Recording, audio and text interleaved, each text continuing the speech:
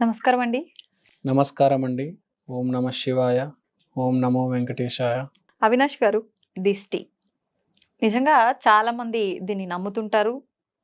కొంతమంది నమ్మరు. ఇదంతా ఒక మూఢనమ్మకం, అలా ఏముండదు అని చెప్పి అంటుంటారు.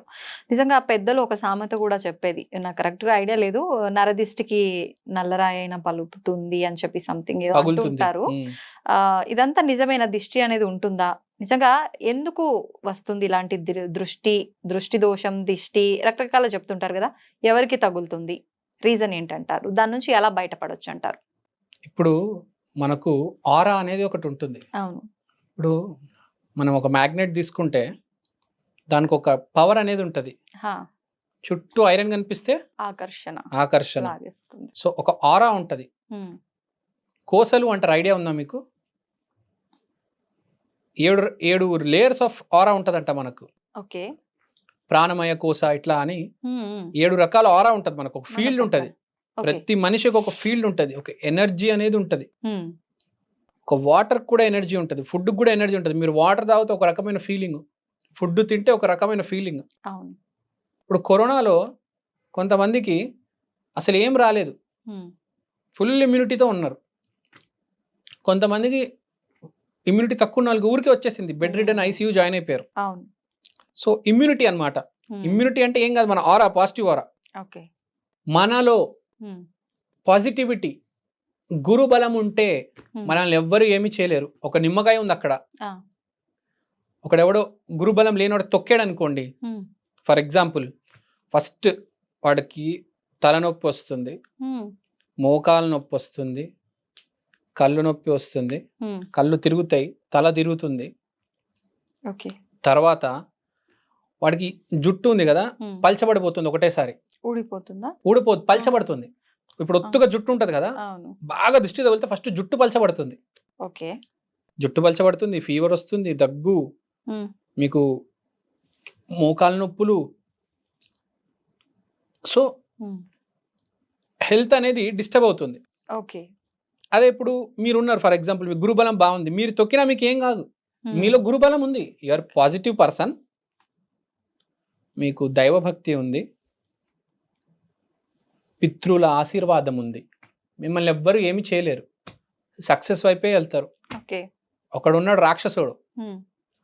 వాడికి అసలు ఎనర్జీనే లేదు, ఆరానే లేదు, హ్మ్. మొత్తం నెగిటివ్ ఆరా. ఎక్కడ నుంచి ఎవరు పెట్టినా వాడికి దిష్టి తగులుతుందన్నమాట. హ్మ్. మనిషి మంచోడు కాదు బేసిక్గా, అన్ని పిచ్చి పనులు చేయడం, ఓకే.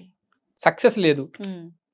ఏదో జాబ్ కోసం ఎతుకుతూ ఉంటాడు, ఆడ టైం బ్యాడ్ పోయి నిమ్మకాయ దొక్కుతాడు. హ్మ్. ఇవన్నీ స్టార్ట్ అవుతాయి హెల్త్ ప్రాబ్లమ్స్. ముందే జాబ్ లేవు, డబ్బులు లేవు అంటే మళ్ళీ హెల్త్ ప్రాబ్లమ్స్ స్టాప్ అవుతాయి దిష్టితో. సో, మనం యాజ్ ఏ ఆస్ట్రాలజర్ ఫస్ట్ వాడు బయటపడాలి ఆ దిష్టి నుంచి, హ్మ్. తర్వాత వాడిని సక్సెస్ వైపు తీసుకెళ్దాం. ఓకే. ఫస్ట్ ఏం చేయాలంటే దిష్టి కోసం ఆంజనేయ స్వామికి తమలపాకులు అర్పించాలి. హ్మ్. ఎన్ని? 11, సంఖ్య 11. 11లో 9 అయినా పర్లేదు. ఓకే. తమలపాకు ఇష్టం ఆంజనేయ స్వామికి. ఎందుకంటే ఆంజనేయ స్వామి మన సీతాదేవిని చూసొచ్చిన తర్వాత అతనికి తమలపాకు మాలేశారు.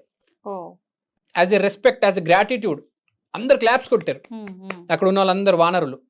అప్పటి నుంచి ఆంజనేయ స్వామికి తమలపాకు మాల అంటే చాలా ఇష్టం. ఎందుకంటే సీతాదేవిని చూసొచ్చి నేను చూశాను సీతాదేవి గారు చెప్పాడు. అవును. అంత పెద్ద కార్యం చేయగలిగాడు అతను. హ్మ్. అంత సముద్రాలు దాటి వెళ్ళి వాళ్ళందరినీ కొట్టి లంక తగలబెట్టి, it's not a joke, it's అవును. అన్బిలీవబుల్. అవును. సో, అందుకని అతను అది కరేజ్, హ్మ్. వేలర్ని చూసి, అతని ధైర్యాన్ని చూసి అతను తమలపాకు మాలేశారు. హ్మ్.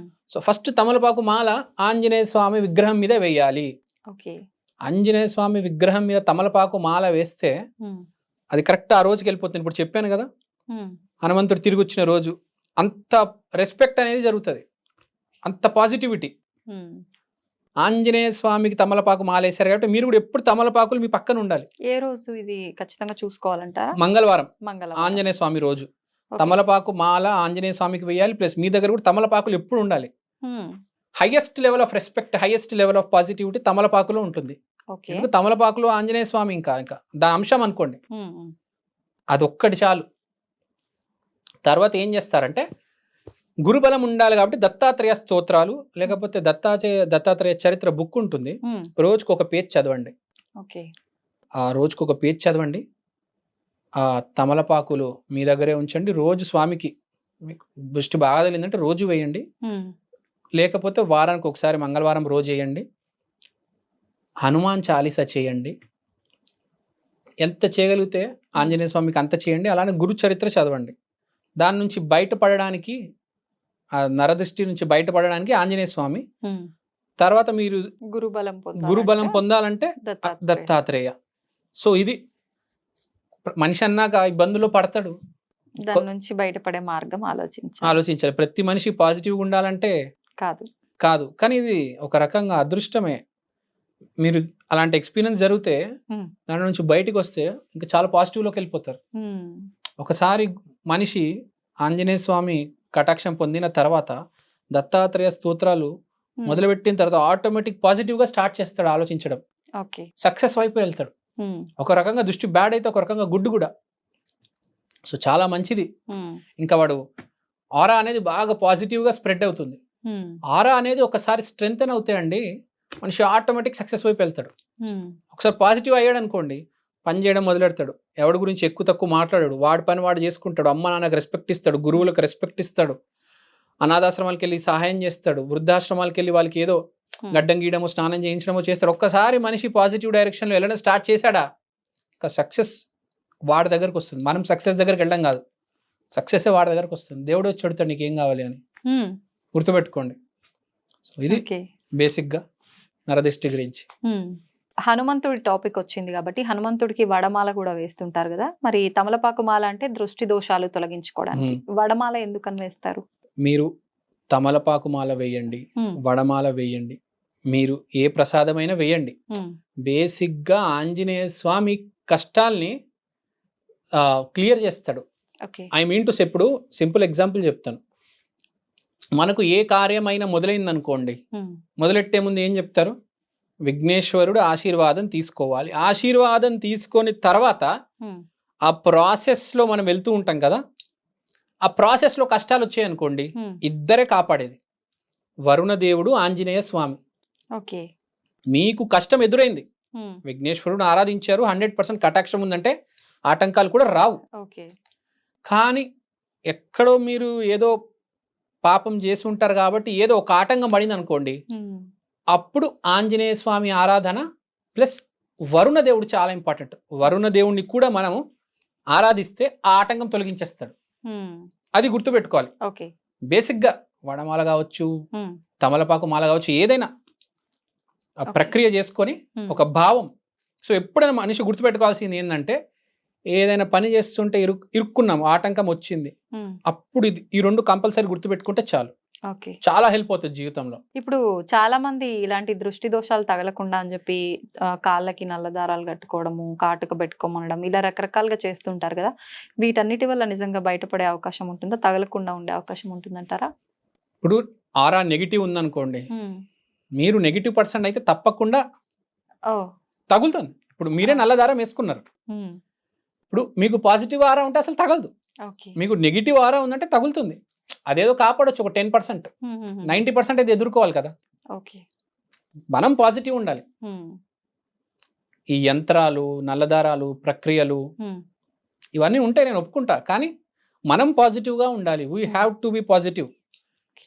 మనం పాజిటివ్‌గా ఉంటే మనల్ని ఎవ్వరు ఏం చేయలేరు. హ్మ్. నరేంద్ర మోడీ ఎంత పాజిటివ్ పర్సన్. వందల మంది చేతబడి చేయొచ్చు. కానీ అసలు ఒక్క 1% కూడా అతను తగలదు. హ్మ్. అంత ఆరా ఉంది. అంత పాజిటివిటీ ఉంది. ఎంతో ఓకే. మందికి హెల్ప్ చేశాడు అతను. అతనికి ఏమీ కాదు. ఇంపాసిబుల్. హ్మ్. టైం బాగున్నోడిని ఎవ్వడు ఏం చేయలేడండి. గ్యారంటీ రాసిస్తా. కరెక్టే. టైం బాలేకపోతే వాడిని ఎవ్వడు కాపాడలేడు. అవును. అంటుంటారు గదా! టైం బావుందిరా అన్నీ కలిసొస్తున్నాయి అని చెప్పి. అది. వింటుంటాం వింటూ సాధారణంగా. అదే. అవును. చూడండి మీరు. ఇలా మారిపోతదండి కాలం అనేది. హ్మ్. చెప్పలేము ఏం జరుగుతదని. అందుకని ఎప్పుడు పాజిటివ్ ఉండాలి ఓకే. జీవితంలో. అది గుర్తుపెట్టుకోవాలి. Be positive. నిన్నెవ్వడు ఏం చేయలేడు. హ్మ్. ఇంపాసిబుల్. ఓకే. దేవుడే వచ్చి అడుగుతాడు నీకేం కావాలని. హ్మ్. మీరు పాజిటివ్ ఉండండి. Be positive. You will be successful. Okay. కష్టము, హ్మ్. టాలెంట్ ఇవన్నీ కాదు. పాజిటివ్‌గా ఉండాలి. Positive thinking. 10 మందికి సహాయం చేయాలి. అంతే చాలు. It's enough. సూపర్ అండి. Thank you very much. Thank you.